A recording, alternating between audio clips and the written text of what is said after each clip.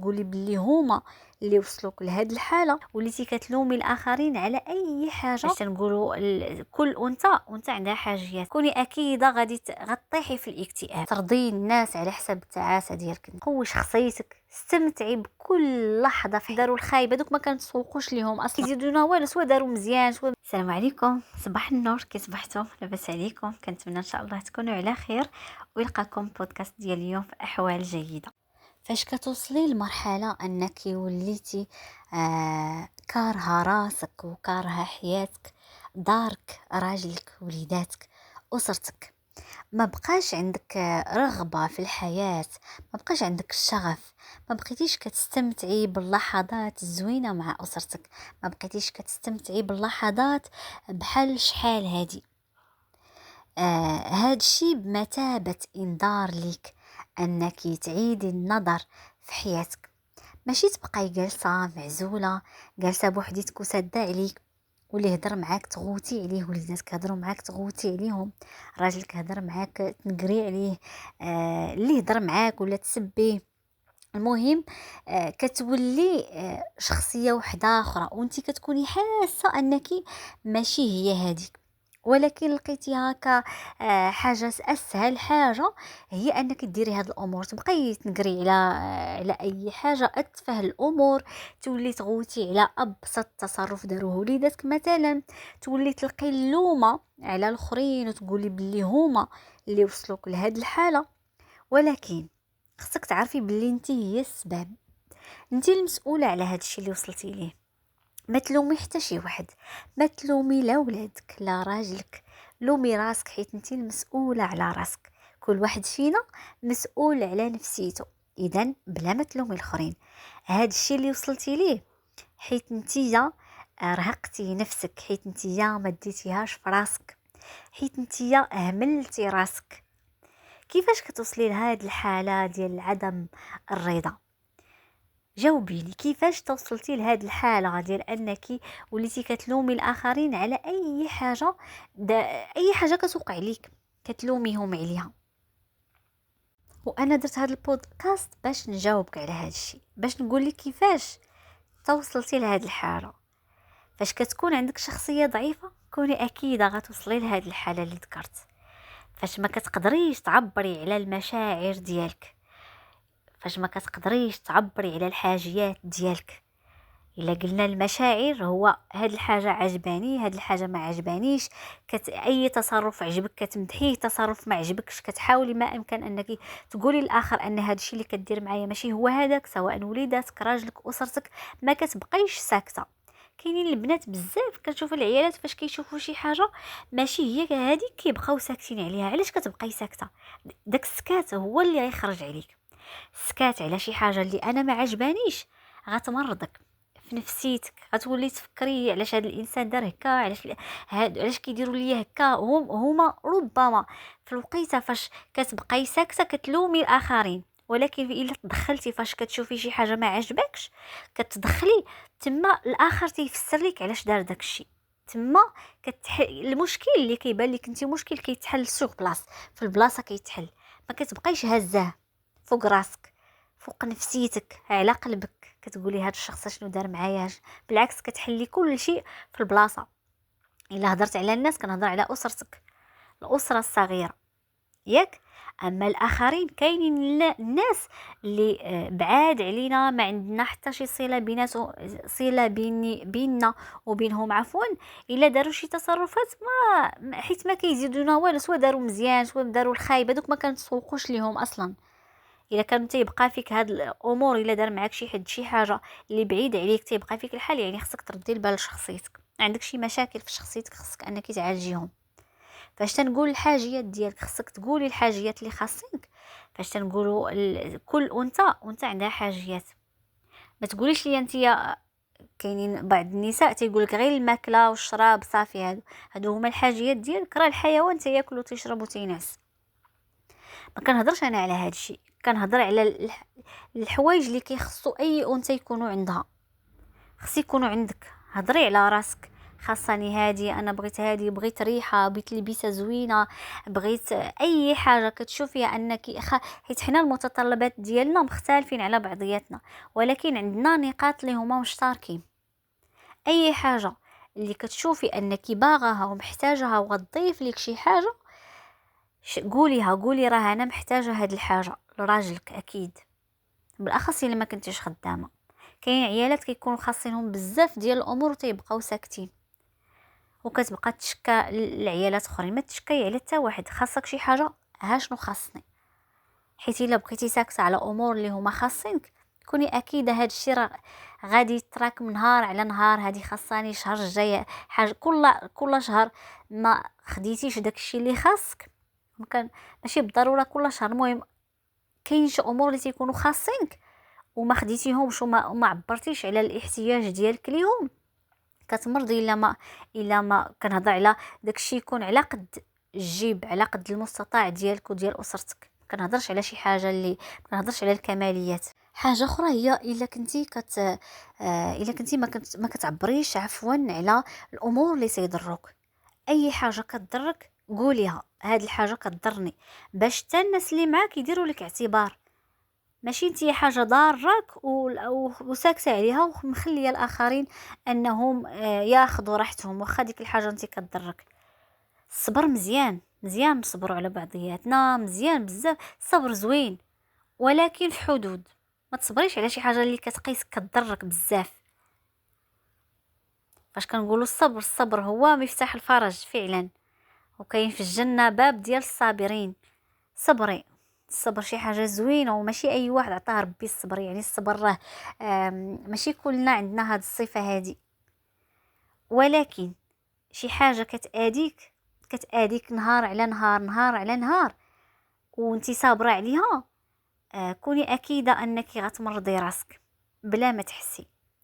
حاجه اخرى هي الا كنتي كتهزي مسؤوليه ديال ناس اخرين. كل واحد فينا مسؤول على حاجه.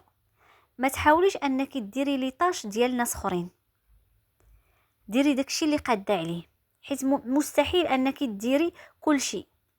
كوني اكيده الا كنتي كديري كل شيء راه غادي تهملي راسك، غتولي راده البال للناس اخرين وانتي هامله راسك. ديري داكشي اللي في مسؤوليتك انتي، ديري الواجبات اللي عليك. الواجبات ديال شخص اخر خليه هو يتكلف بالواجبات ديالو، باش هكا تعيشي في توازن، تكوني متوازنه في الحياه، عاطيه شويه لراسك، شويه لدارك، شويه لاسرتك، شويه هكا شويه هكا. ماشي انك ديري كل شيء وفي الاخر تنساي راسك.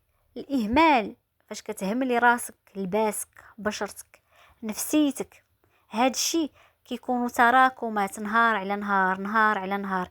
كاينين عيالات اللي اسبوع ما عمرها دارت شي، طيلة داك الاسبوع ما دارت لا ماسك لشعرها، ما دارت ماسك لوجهها، ما دوشات، ما دارت شي حمام، شي فركه مزيان تاخذ راحتها، تحك مزيان. ما يعني هامله راسها.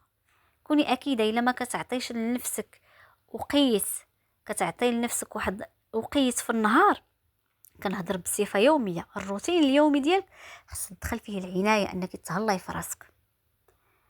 ما تسني حتى شي واحد انه الا طحتي يقول لك ها انت الغلط اللي كنتي كديري، كنتي مهتمه بينا حنا، كنتي مهتمه بالدار وجامعها ودايره وفاعله ونسيتي راسك. ما غاديش يقولوا لك هذا الشيء، يقولوا لك عطي راسك الراحه، رخفي على راسك، مالك على حالتك. غيوليو هما يلوموك الا مرضتي. اذا المرض ديال الله، ولكن شنو اللي تيبقى فيك الا مرضتي؟ كيبقى فيك انك هامله. الا كنتي هامله راسك فاش كتزيد بحال كتزيدي مرض على مرض. اما الا كنتي على الاقل عاطيه وقيس لراسك، نهار تمرضي كتقولي اللهم لك الحمد، كتكوني ما كتلوميش راسك على انك هملتي راسك وما عطيش الوقيت لراسك، دايها في ناس اخرين ونسيتي راسك. لنفسك عليك حقا، يعني نفسك عليها علينا حق عفوا. يعني خصك تردي البال لهذا. وبزاف ديال العيالات بزاف فاش لحت داك البودكاست على الاكتئاب، بزاف ديال النساء تعانيوا من الاكتئاب. هاد الشيء راه الاكتئاب راه تدرج، يعني ماشي غير اسبوع ولا شهر صافي كيبقى فيك الحال من شي حاجه ولا كتقلقي من شي حاجه صافي كيجيك اكتئاب. لا، داكشي تراكمات، نهار على نهار، شهر على شهر، عام على عام، شويه بشويه داكشي كيتراكم كيتراكم حتى ديما انا كنقولها لاي سيده، ديما الا كان عندك شي مشكل ولا ديما ردي البال لراسك، شخصيتك نميها، قوي شخصيتك. الشخصيه القويه شي حاجه خصك تخدمي عليها، الا ما خدمتيش عليها كوني اكيده غطيحي في الاكتئاب. حنا النساء على قد الحال، نفسيتنا على قد الحال، دغيا تيبقى فينا الحال ودغيا تنمرضوا. يعني الواحد الا ما داهاش في راسو كوني اكيده غتوصلي لواحد ليطا ديال انك ما غتحملي حتى شي حد، راسك ما غتحمليه. وما ترضيش، ما تخدميش على انك ترضي الناس على حساب التعاسه ديالك انت. ارضي الله سبحانه وتعالى، ارضي راسك قبل اي شخص، قبل اي شخص. خدمي على راسك، قوي شخصيتك، استمتعي بكل لحظه في حياتك. كنتي جالسه كتاكلي، استمتعي بديك اللحظه وضحكي ونشطي كتفطري بداك الشيء اللي قسم الله، ذوقي يا لاله ديك الماكله ديالك وحطيها واستمتعي بها. ماشي منتيا واكله كتجاري باغا تمشي دوشي كتجاري ما كتستمتعي بحتى شي لحظه. بالعكس، اي حاجه كديريها استمتعي بها. كنتي خارجه خدي وقتك، دوري خدي وقتك. الا كنتي ماشيه للجريده شوفي في الناس، تاملي في خلق الله، شوفي في السماء، شوفي في الطبيعه، الشجر، شوفي الطيور، تاملي استمتعي بكل لحظه. جالسه مع وليداتك تفرجي معاهم، استمتعي بديك اللحظه. كيلعبوا وليدات، جلسي تنتي حتى داك التليفون، والتليفون كيخرج على العيالات. التليفون خرج علينا، كانت غير التلفازه، دابا تزاد حتى التليفون والقنوات ردي البال فاش كتفرجي. نقولها لك من دابا، فاش كيلعبوا وليداتك استمتعي معاهم، حتى داك التليفون ولعبي معاهم. هادشي واحد الراحه، واحد كتستمتعي. حنا كنحرموا فعلا، تنحرموا ريوسنا من شي لحظات زوينين. يعني الوقيته فاش كيكونوا وليداتك مثلا تيلعبوا، الا ما لعبتيش معاهم غتولي تبقاي تقولي لهم يسكتوني راه كنتفرج في شي حاجه برزطونا وسكتونا، بقيت تغوتي عليهم. لا انت لا هما خليتيهم يستمتعوا يلعبوا على راحتهم، لا انت تفرجتي. اللهم حط داك التليفون وقلتي معاهم ولعبي معاهم ونقزي يا لاله معاهم. راه كل امراه عندها واحد طفل صغير في الداخل ديالها. لعبي مع وليداتك، راه غيجي غتوصلي لواحد لاج كتقولي، وغتلاحظوها في العيالات اللي تيكونوا كبار في لاج وليداتهم كبار، كيقولوا ما شاء الله وليداتي فاش كانوا صغار كانوا زوينين، كانوا كيجيو كيعنقوني كيلعبوا كينشطوا، ولكن انت راه منكداها عليهم ديك الساعه. الا كترجعي، الا رجعتي الذاكره للوراء غتلقاي راسك هما تيلعبوا انت منكداها على راسك، كتقولي كيغوتوا بزاف، برزطوني، داروا ليا، فعلوا ليا. كنتي غير كتشكي، ولكن فاش تيكبر الواحد كيتذكر داك الشيء، تيلقى راسو ما استمتع بحتى شي لحظه. اذا استمتعي باللحظات اللي عندك، تاملي في النعم اللي يعطاك الله. اي حاجه عندك، اي حاجه، الا تنقول اي حاجه، حتى دوك الودنين باش كتصنتي ليا دابا في هذا البودكاست، حمدي الله عليهم، حمدي الله على الشوف اللي عطاك. حيت واحد النهار ممكن انه ما تبقى عندك حتى حاجه، لا شوف لا سمع لا حتى حاجه، حتى شي نعمه. يعني حمدي الله على داك الشيء اللي عطاك، وتاملي في مخلوقات الله، واستمتعي بكل لحظه، كل لحظه كتقضيها. ما تخليش نهار كيدوز هكاك، استمتعي بكل حاجه. عقلي شنو كديري، ردي البال شنو كديري. الا كتفرجي في شي حاجه غتدمرك ما تفرجيش فيها. وحاجه اخرى، تقربي من الله سبحانه وتعالى. الا كتقربي من الله سبحانه وتعالى، كتصلي صلاه، كتدعي، كتاملي، كتجلسي في ديك الصلاه، من ورا الصلاه كتدعي، كتستغفري. هاد الامور تيخليوك انك تعيدي النظر في بزاف ديال الامور. كتولي ما مسوقاش للناس، اللي بغى يقول شي حاجه يقولها. كتولي عندك واحد العلاقه قويه بالله سبحانه وتعالى، وكتقوي قربك من الله، تيقوي نفسيتك وتيقوي شخصيتك فعلا. كتولي عارفه شنو اللي عليك وشنو اللي ما عليكش، كتولي راده البال لتصرفاتك، كتولي راده البال الامور الخاصه بك. كتولي ايضا عارفه باللي الا ما اهتميتيش براسك ما كاين اللي غيهتم بك. كتولي عاطيه الاهتمام لراسك اكثر قبل من الاخرين.